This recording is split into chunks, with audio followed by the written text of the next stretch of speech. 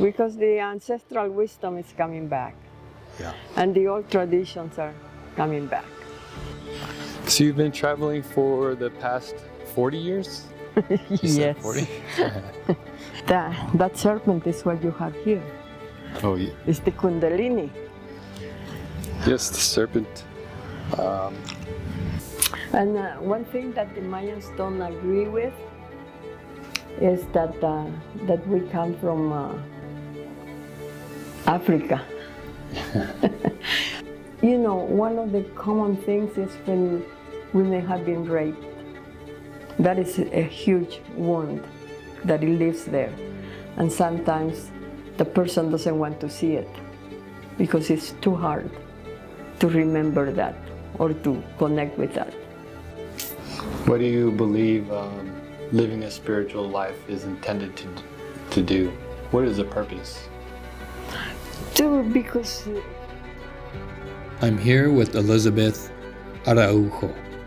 She's a member of the Consejo Maya Aquí of El Salvador, and for more than 20 years she worked closely with the National Council of Elders Maya of Guatemala. As a personal assistant and interpreter of the Grand Elder Don Alejandro, who was elected as the first ambassador of indigenous people of Guatemala by the president, she traveled the world helping to share the wisdom of ancestral knowledge. You can find part of this story in the documentary Shift of the Ages, which I will leave in the link below. Without further ado, Elizabeth. You said you moved here 20 years ago. Where were you before? I was in California. Oh, in California? And I started coming here in 1994. In 1994, and then there was a big gathering that we did here in Guatemala. It was in fulfillment of the prophecies. Yeah. One prophecy that said, those of the center, meaning Central America, those of the center make unite the eagle of the north with the condor of the south. We will come together because we are one like the fingers of the hand. So they did, the Grand Elder organized this gathering here, and I came because I had some connection with the Navajo people in the United States. So they told me that if I could bring 5 people from there. So I did that, and that's how I met with, that's how I connected with or reconnected with the Maya tradition. Oh, I see. Yeah. Guatemala seems to suck people in. I was Yeah. not intending to be here for. See, after that, I 3 started months. training with the Grand Elder, and that's how that was the beginning of it. You came here to train with the Grand Elder, or did you After train? the conference, yeah, after that meeting, that first I was coming and visiting the village, and I did like the tradition because when I was in the United States, you know, for some reason, I don't know how, I got connected with the Navajo people, and also with some people from the Tao, with the Chinese. They were Chinese group, and then I did some work with the Huichol Indians in Mexico. I was attracted to the ancient traditions. So when I came to Guatemala, I said, oh, it was my own thing, you know, my background. Yeah. And so that's how I really connected with it, and I started coming. But at first I didn't think I was going to make it was more for, because I enjoy it. Until like 2 years later, I just had to follow the path. You know, I started my training seriously, and took me 2 years traveling, and after a while, I found that it was easier to work because I started working with the Council of Elders And then it was easier for me to be here than I moved here. Oh, quieto. So, are there a lot of similarities in the teachings of the Navajo and the Mayan traditions? Well, they all work with fire, you know. Fire is the spirit of the tradition. And in fact, most of the places that I have visited, South America, in countries like Kyrgyzstan, Siberia even, they all work with the fire as a central part, because of the fire is one of the elements that purify and they purify you, and also transform things, and since you're in the smoke come your prayers to the to reach the heavens, or God, or the Creator, or Great Spirit, however you want to call it. Yeah. I've seen this going to the ICCS Global Conference in India. Mm-hmm. We had many indigenous communities from all over visit and show the ceremonies that they've been passing on through the generations, and that was the consistency that I noticed, even, is, like you said, is using fire during the ceremonies. Yeah. The ceremonies that I was present in Siberia, very similar to the ones in Bolivia, Peru and Bolivia. Peru and Bolivia, they have what they call the mesa, and their offerings there, and their offerings are made out of sugar, like if you want a car, there are figures of a car or a house or an airplane or different things.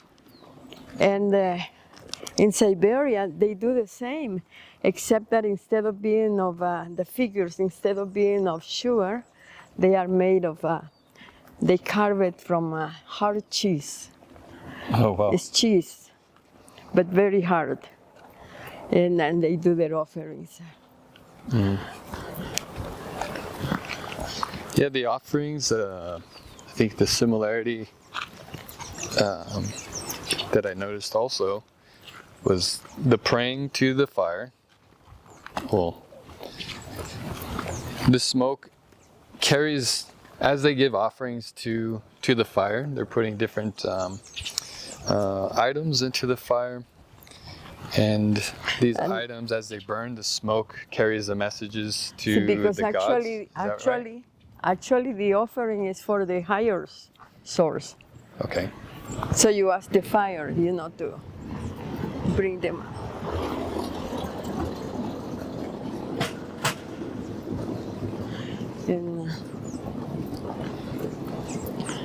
And it's through the fire that you connect with the invisible world.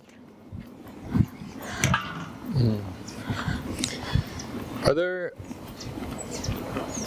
like dimensions in the invisible world that is that in the teachings the different cultures believe in? Well, we have the underworld and we have the supra world. And there's different levels of consciousness. Yeah. Yeah, the different levels of consciousness, indeed.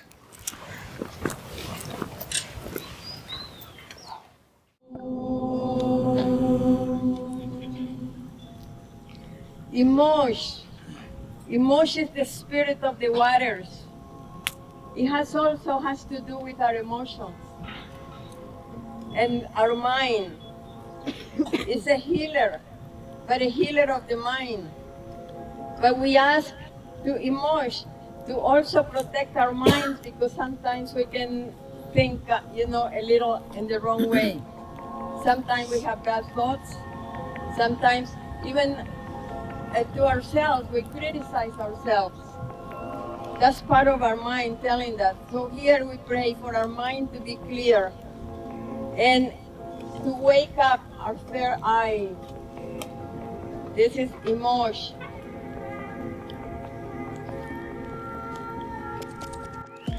So you've been traveling for the past 40 years?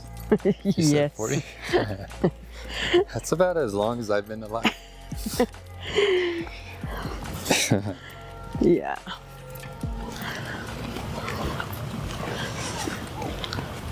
That is, what would you say, 2 of the top places in the world that you'd like to go to?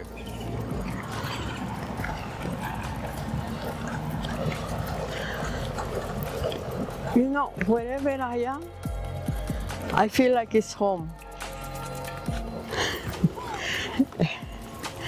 And so places are different, but they all have something, their own beauty. Yeah. Only there are 2 places where I felt like, I will never come back here. But it was just probably for the moment. Yeah. Yeah, in my travels, I'd say it. I mean, it's it's hard to describe, right? You can. It's just, you cannot, it feels yeah, because nice anywhere. yes, and people are nice too. Yeah, absolutely. People are very nice in all cultures, and in the U.S. Here is the park. Oh, here's the park.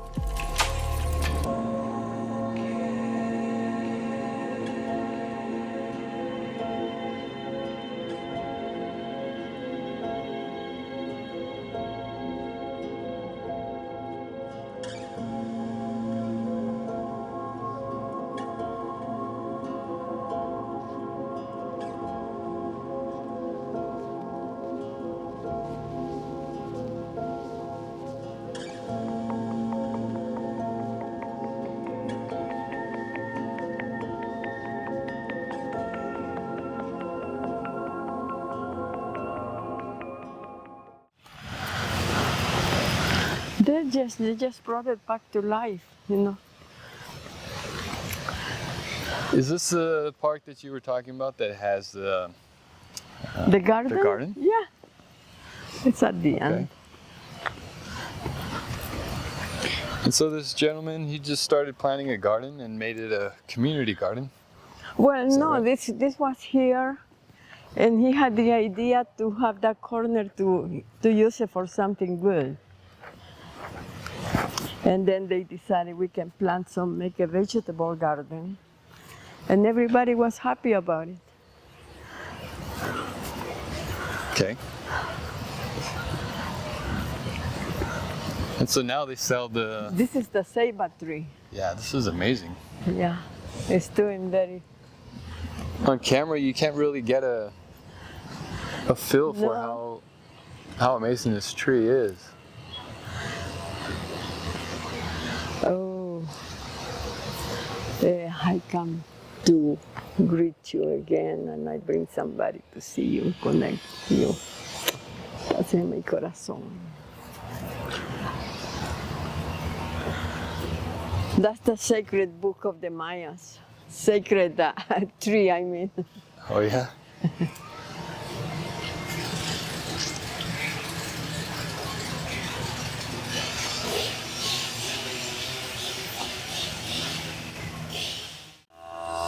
What is this one? It's a Waba. Waba. We say in Spanish, we say guayaba, but in English they call it Waba. What does it taste like? You eat them, right? Yeah, you can eat them. There might be one at home, or they have several. Oh, look at this.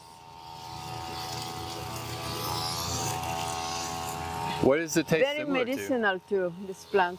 Oh yeah. What is this similar to? Like you see, it's round and it can become, they're in India, but there's a different kind. The ones in India come very big, about this big.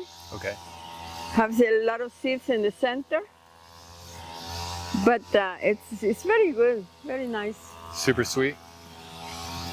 Yeah. Yeah.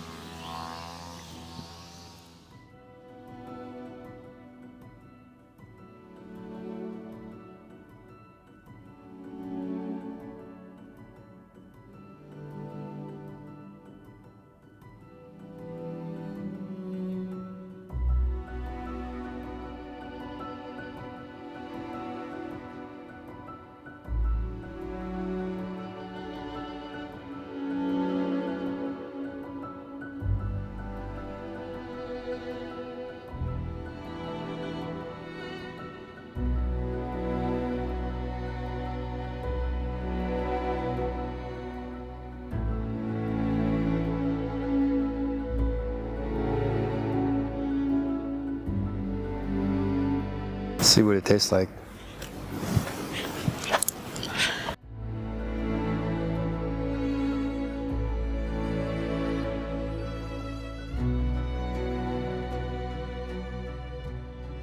What is the El Salvadorian practices in El Salvador? Like what is this Mayan community that's Actually, originally, yes, they were Mayans more in the eastern part of the country, and the western part, you had more the influence of Mexico, like Nahuatl. Okay. Okay, but they work together. But after the invasion, not only the invasion, in 1932, I was born in 1937. So 2 years before my birth, there was one of the biggest massacres to the indigenous people. And because it's a very small country, you know, the people that survived, they just bury all the insinuations of being indigenous. Wow. The language was hidden, stopped there, and it was like a means of survival. So right now they are trying to recover it. I had my dear friend from the Maya community in Cacaupera or Cacahuira. It's the name now is called Cacaupera, but the name was Cacahuira, the land of the cacao. He was doing a lot of rescuing of the tradition, the language, the dances, but he passed away about 45 years ago. So they're still trying on their other, like there's a council of Maya elders, but they're just trying to recover, you know, rescue the old. You've seen a lot of this progression over 87 it's years. an interest. It's a big interest on because the ancestral wisdom is coming back. Yeah. And the old traditions are coming back. So people are eager to. There is a prophecy that says that we are living the time of the return of the ancestors and the return of the men of wisdom.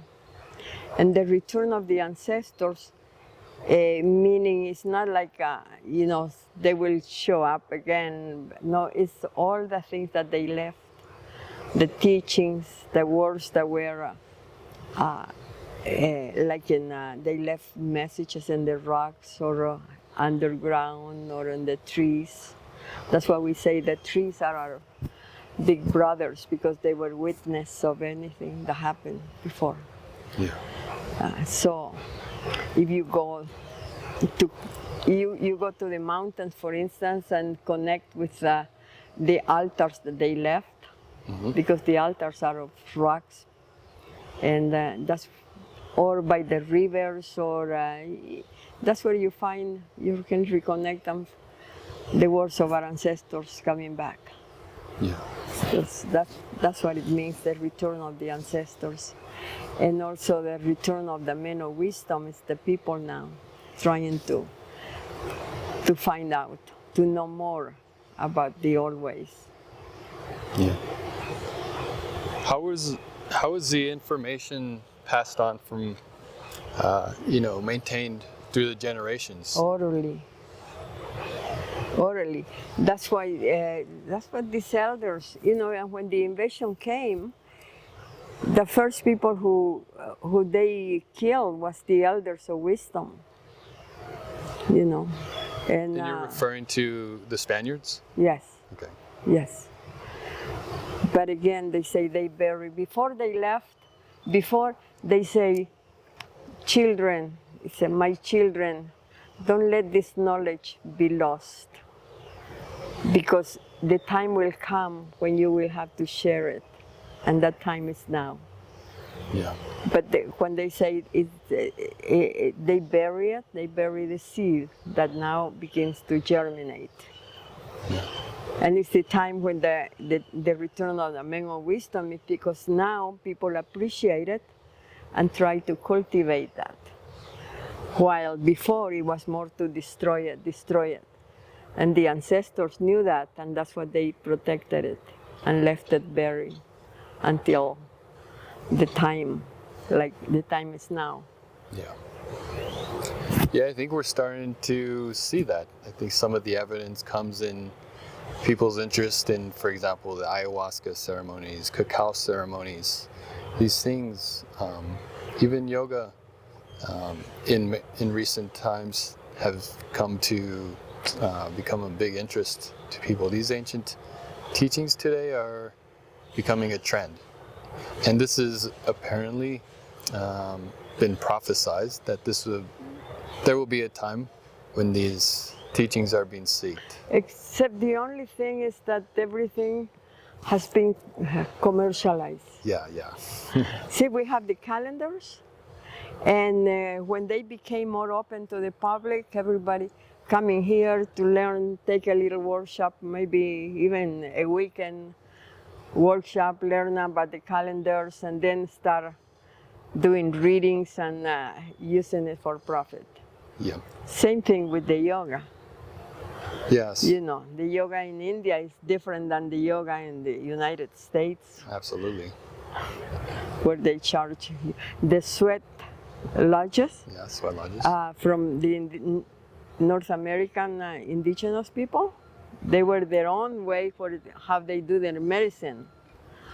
And it was, again, a lot of people doing sweats and charging a lot. And Yeah. There should be a balance. There should be, first off, a very firm understanding of those teachings before they are delivered. Also, I think it's a little bit understandable that there is going to be a currency exchange involved in providing the teachings, but when it gets to the extent where people are making a lot of money, like a lot of money doing this, that's, I think, when there becomes a problem. Yep.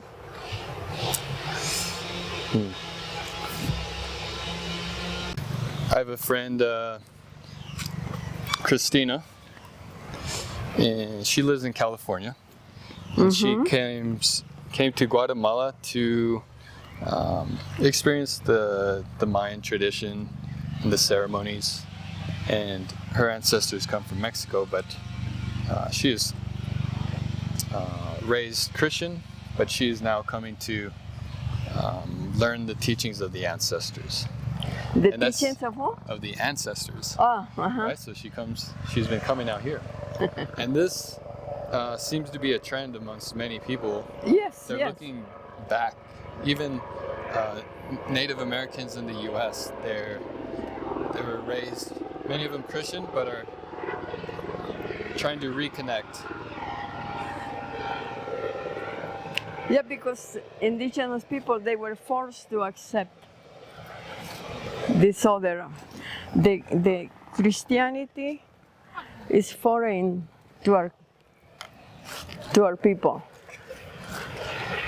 It was brought in, like they say, the elder I work with, they always say, Jesus was, a symbol of love and came to the Middle East to bring love to them because they have lived in, all the time they have lived in, with conflict. Yeah. But didn't come to us because we didn't need it. It came to them because they needed it. So it was brought in, and when they came, the first people who came to, it was by mistake that arrived here. Yeah. They were the merchants that were looking for spices going to India, and they ended up here. And that's what they call them, Indians. Yeah. But they saw that here there was everything. It was a very rich countries. So they went back to Spain to gather people and to get money, and that's how they organized the expedition. So it was with the help of the Pope and the help of the Crown of Spain that they came up with the money and supported the whole crew coming. But to them, then the church joined.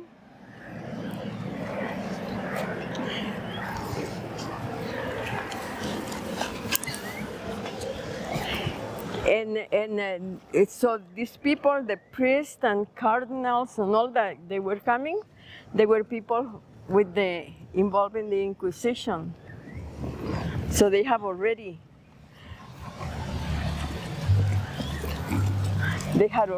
killed people in, the women, like the witches that they call, that they were women of wisdom. And so they brought the same thing here. They killed everybody who didn't want to comply with their new teachings, and they were forced to accept their language and their ways. Yeah. What are your thoughts on the Christian faith being adjusted over the years? Because my thoughts on Christianity is that it was not it did not originate as a violent form of teaching. There was nothing in the teachings that would condone that type of behavior. Right? I think it was. But they became with justification for the killings, because they say the Indians were not humans; they were animals. Then they had no spirit, and if you have no spirit and you're an animal, you don't have the right to own any property. Oh, I see.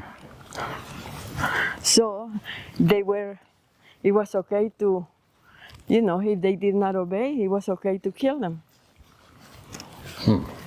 But based on that the people here were not people, they were animals.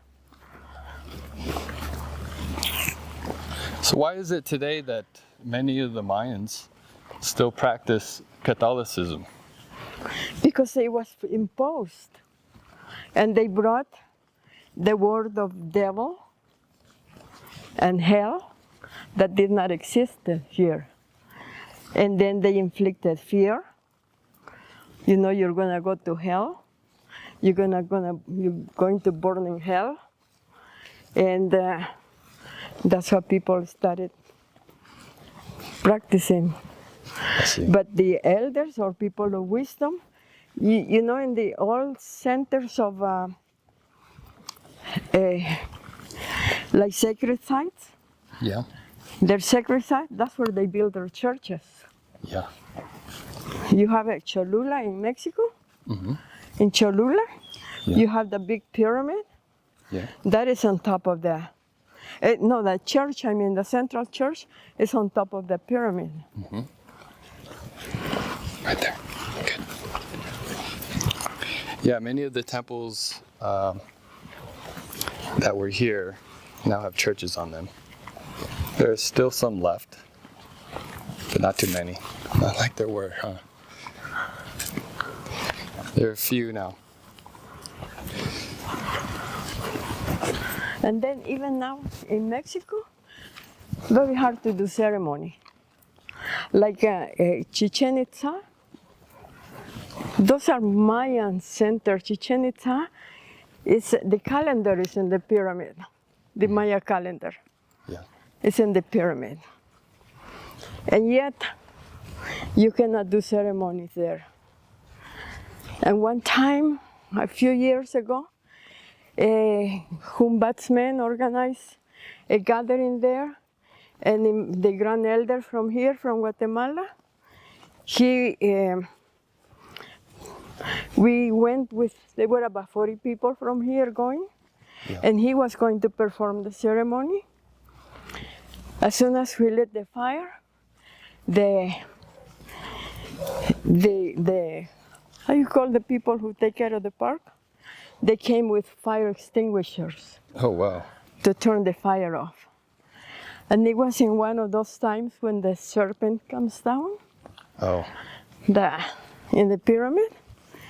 So there were people from a lot of Europeans, a lot of foreign people there, thousands of people, to see the coming of the serpent, the descending of the serpent. And even so, people were screaming, "Don't turn the fire off. It's a sacred fire." They didn't care. wow. They turned it off. Yeah, they did not understand. The interesting part on that one was that at the time when the serpent comes down, the grand elder didn't want to go see it. And then I said to my friend, I said, "Well, we came to see that, let's go." So we went, and when we came back, the elder was smiling, and he said, "What did you see?" Like that. "What did you see?" And we said, "Nothing." Of course, the serpent was not going to come. He said, because of people cry, because of they had turned the fire off during the ceremony. People cry, so the sky was covered with, with the tears. So he knew that was going to happen. What does the serpent represent? It's Kukulkan, father and mother of creation. Okay. It's the feather serpent. Serpent is one of the sacred animals that Christianity demonized. Yeah. But that serpent is what you have here. Oh, yeah. It's the Kundalini. Yes, the serpent of the Kundalini, yes. Everything moves. If you see a river, it moves like a serpent. Yeah. If you see a road far away, it has the shape of a serpent. And in Indians, the cobra is a sacred animal. For the Chinese as well.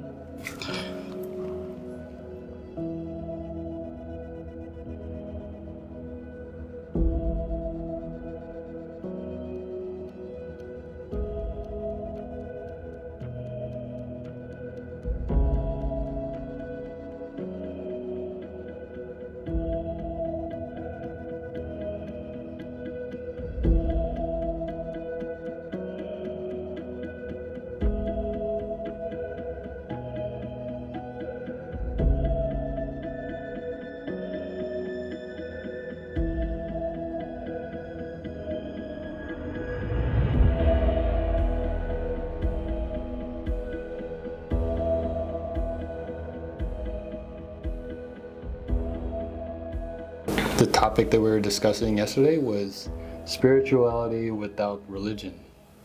Right? No, beyond Okay. religion. Spirituality beyond religion. What exactly does that mean? Well, spirituality is, for the Mayans, it began with creation, the time of creation. And it's just a way of living, Religion is organized and it's man-made, Yeah. you know. So they may be based in some principles, but still it's something that is manipulated.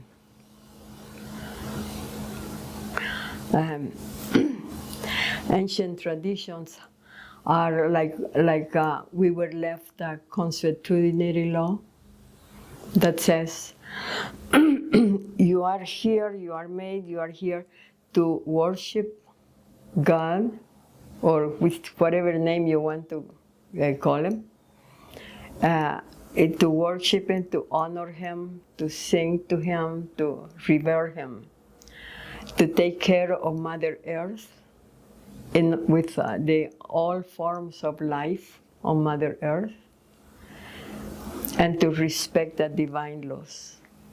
Yeah. So when you follow that, it brings harmony. And when you live in harmony, you have health, you live in peace. There is peace. Yeah. So that's what they left us. What do you believe living a spiritual life is intended to do? What is the purpose? Because to live in harmony with yourself. You have in harmony not only with yourself, but in harmony with everything. Because we have lost all those principles and we have misused the Mother Earth. You know, instead of taking care of Mother Earth, we want Mother Earth to take care of us. We think that men is or the human are the most important thing, and everything revolves around a person. And it's all the contrary. Because if you see the elements, we cannot live without the fire, because then we freeze to death. You know, like if you touch a cadaver, I don't know if you ever have touched somebody, it's like it's frozen, cold. Yeah. It's because the fire is gone. If there is no air, we cannot survive. If there is no water, we cannot live. And Mother provides our food and gives us everything that we need. So with one single thing, we cannot survive. But Mother Earth and the cosmos, they survive without us. We are very insignificant. So the main thing, the most important thing is, you know, the earth, to take care of the earth. Yeah.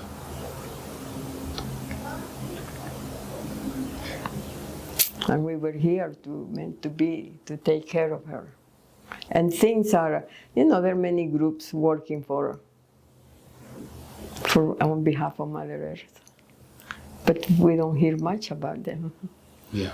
Children too are very involved in, you know, go clean up the beaches. You know, they do those things. Yeah. Now there's a concept that is shared amongst many paths that talk about male and female energies. Not necessarily the male gender and female gender, but something much more deeper. These energies exist in everything. Well, like everything is energy. And we were made with the two, well, energy is only one, with two opposites, feminine and masculine. And everybody has that energy. But some, like women, have more feminine energy than men, and men have more male energy than the women have. So one of the things we need to do is to bring balance to our energies. Because in men, it has been denied the feminine part. You know, there were times where men were, I remember when I was a kid, Men only wore white. And then later on, as time went by, they started to use maybe a pink shirt or a light blue shirt. But indigenous people, they always wear colorful clothes because they were more in touch with their feminine energy. Yeah. You know, they were not not ashamed to wear colors. While the other one, they have the connotation, oh, those colors are for women. So they deny them that feminine side. You cannot cry, don't cry, because women are the crybabies, not the men. So that brings in a disequilibrium in the being, same as for women. Before the invasion, men and women here in these areas, among the indigenous people, they were equal, both parts. But when the invasion came, the women came to take a second place. And then they inflicted that idea, you have to have as many children as God gives you. You know, avoiding to have children is, it's devilish. You know, you're doing something against nature, they say. And people start believing. Then the other thing is you have to obey the men. You have to obey, you have to accept the thing and to keep quiet. And I remember, you know, when times I was with my grandmother and her friends came and I could hear them having those talks. This was, you know, many, many years ago. And I remember this lady complaining about her husband. And she would say to my grandmother, oh, it's my cross that I have to carry, like Christ, you know, carrying the cross. It's like they couldn't complain, they just had to accept it. Wow. This is my cross. That's what Osho says, rebel, because those things have been imposed and you have accepted them. So now you can rebel against that. Yeah. So that's one of the things we have to do, balance our those sides of that energy within ourselves. Like I was saying, I went to this, and that is happening now. It's very, very, very, very evident, like how things have been changing, the way of conducting businesses, now giving paternity leaves to the father-to-be when the wife is having a child. And, you know, the baby showers, men participating on that, so they are more involved with their children. And that is good for the new generation, those children being born now, because they have the mother and the father, you know, participating in their upbringing. Yeah. You mentioned that we go through cycles, 500-year cycles, right? In South America, in Peru and Bolivia, I have heard about the 500-year cycles. Okay. We go more for eras in our calendars. Okay. So we're moving into a new chapter at this point. We enter a new chapter that coincides with those 500 years that they talk about, that cycle. But for us, we call it the shift. It's the shift, part of the shift was that 2012, December 2012. That marked the era of this shift. And the shift means it's a jump to a higher vibration. And it can come, it's a collective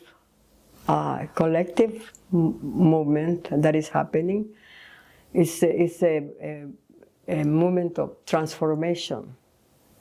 And some are unaware of it, but still, if they are asleep or unaware of it, still slowly they are pulling to into this other.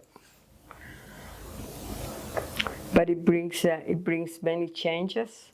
It's the feminine energy returns to the planet, and it's the time of we are heading to the time of oneness, love, and unity. But again, with this, we see all the bad things that are happening. But underneath, there is this current of love that we saw with the COVID. When the COVID came, people were more compassionate. People learned to appreciate life more. Although we forgot all that, Animals live in peace, a lot of animals started to show up more freely. And it brought a lot of changes, a lot of teachings. But we forgot soon. Yeah. In the Hindu teaching. Yeah, it's like people were cooperating. More people were more like, oh, what do you need? And like here, they have white flags outside their houses, in the community, in the countryside, and that means I need something. And people would go and ask and be more compassionate too. Oh, that's very interesting. Never heard of that. What kind of things would they need? Like people on the road that still have to work, transportation, for instance. People would have, I have water here. People would stop or have a meal on the road because there were no restaurants open. People were just helping each other in any way they could. In El Salvador, the president, he had just taken over the presidency, and he sent food to every house, baskets of food every week. Wow. That's pretty amazing. Yeah, we all had to come together in a different way and maintain. Yeah. See, now it's cooperation instead of competition. Because we have to, the education, ancestral education has been lost. The education now is geared to, or focusing to train you to make money when you graduate. Yeah. And sometimes people have one diploma and then they want another one and another one, and all that brings is like selfishness, or your ego grows because it says, oh, I am better than the other one. So the education now has to be like integral, how you say that? Like holistic. Yeah. Integrate both things. You had mentioned also that the merging of Western medicine and Eastern medicine, the Western medicine. Well, we have seen how people sometimes they don't want the allopathic medicine because it's too strong, and they look for alternative ways, herbal medicine, and they are flourishing too. Like on internet, you see all these people teaching about herbalism, and but the technology in the medical field is amazing too. All technology in general, So that's not going to disappear, but it's going to be a fusion of those things, like Western medicine with the ancient medicine, alternative medicine. And more doctors. I was in the work that I was doing last year in the cruise. There were a lot of doctors and lawyers coming among the people that came to the conference. And because they were looking for other ways to see what they can learn from ancestral wisdom, to integrate it with their work. Yeah, this cruise you mentioned is a boat cruise, but it was for spiritual. Yes, because this lady who organizes those groups, she lived in India in an ashram for 25 years. And then she left in India. She left the ashram and started having these groups.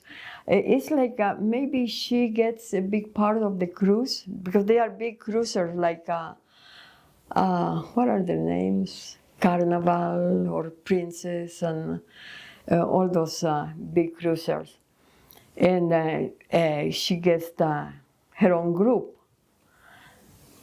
And it's all about seminars. She invites people.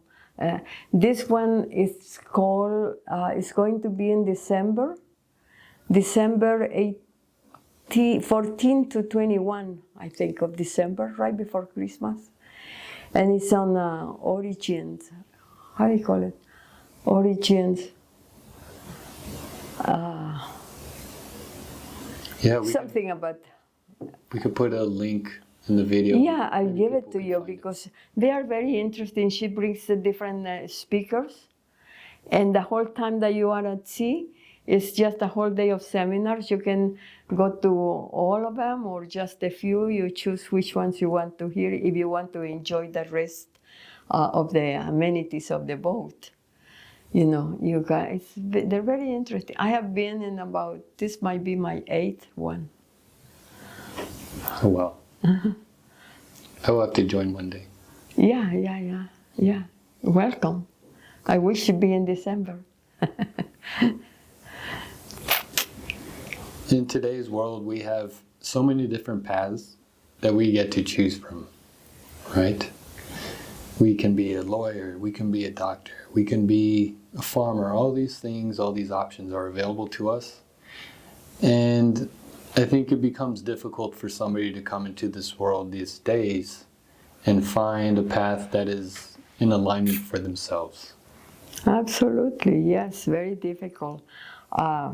But with the Mayan cross, or meaning your astrology chart, see, if you are being born, every day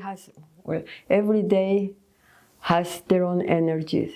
Like today is 3 Ahmak. And Ahmak is the ancestral wisdom, and it refers to our ancestors who have passed to another dimension. And it's a day to give thanks for all what they left us, like they left us a tradition, they left us many things to live in harmony with everything, with ourselves, with the cosmos, with Mother Earth. You know, so we have to remember them and it's a day to remember them and give thanks. And give thanks for everything that you have. And you will receive too. Yeah. And these calendars, right? And tomorrow will be day of Noh. So Noh is the wisdom. You want the knowledge to be not just knowledge, because just knowledge can bring negative things also. But knowledge turn into wisdom. And it's a good day for having dialogues with people or gatherings, because you can, it's just the right energy for doing that. And now he teaches us that if you get to that place first, it's not to say, oh, I am better than that. It's to help the ones that are coming behind. Yeah. So the calendars give guidance. It's a guidance. For not only daily conduct, but also the day that you were born. There is an alignment. It tells you, your energies you have been born with. Like if you are being born people who are born in Ahpu, the day of the sun. Yeah. What days would that be? Like what month? What years? Well, we have 20 days Okay. So Akpu is the sun, and those people can be athletes, or they can be people who practice the arts, any kind of art. Then it's your job to find out what kind of art, a musician or a painter or a poet or what. That's for you to find out. But if you're born on a day of Ish, you have your main thing is to work for Mother Earth or for the animals or nature. Yeah, these concepts are very difficult, I think, for people to accept as guidance, to look into the alignment of stars and energy and calendars. It's because we see that the world is complicated, and to have faith in these kinds of systems is a big leap. However, I put that there is something to recognize in this, possibly, considering that we see that these kinds of teachings are in the ancient monuments that we still have available to us, such as the pyramids, the temples, and the Hindu teaching. All of these ancient traditions point to the alignment of stars and these kinds of energies. So how can we dismiss this? If at I know some it's point like a big connection with the moon. That the moon has to do with the currents in the ocean, but the moon has to do with women also. They say if you plant something in it used to be that people in agriculture, they would do like, in full moon, it's a time for a harvest, the food. In new moon might be time for planting something. Or same as when they go gathering the herbs, they look for the right time, according to the moon, to go and gather their plants, the medicinal plants. Yeah. And when the babies are born, how the moon is, that affects also. That's what they say today. This is science. Yeah, I would agree with that. I have had many conversations with different traditions, and the stories, the understandings are so similar you would not believe how consistent the understandings are. With one culture on the other side of the earth having the same exact understanding of how energies work. Mm-hmm.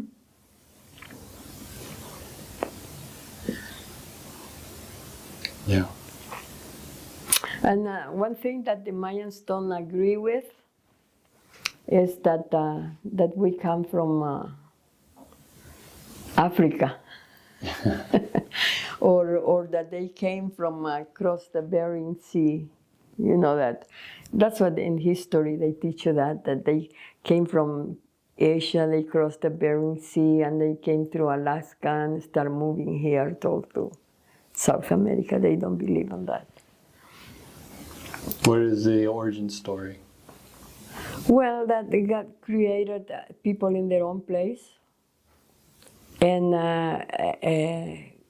like in our ceremony, we use the color, the red and the white and the black and the yellow. And those also represents the four races, the main races, original. The blacks, the white, the yellow being the Asians, and the indigenous people, the red, for the indigenous. And they all were created in their own areas. Yeah.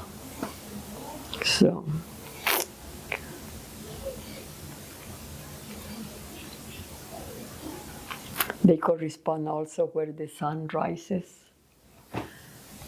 You know, in the four colors, we symbolize them with the red, where the sun rises, where the sun sets, it's the black. And then where the air comes from is the white, and the yellow for the water. And that is because when the water comes and they water the plants, our food, for instance, or fruits, they turn yellow when they are ripe. Like the bananas, the oranges, then we know they are ready to harvest. But it has to do with the water that nourishes them. I see.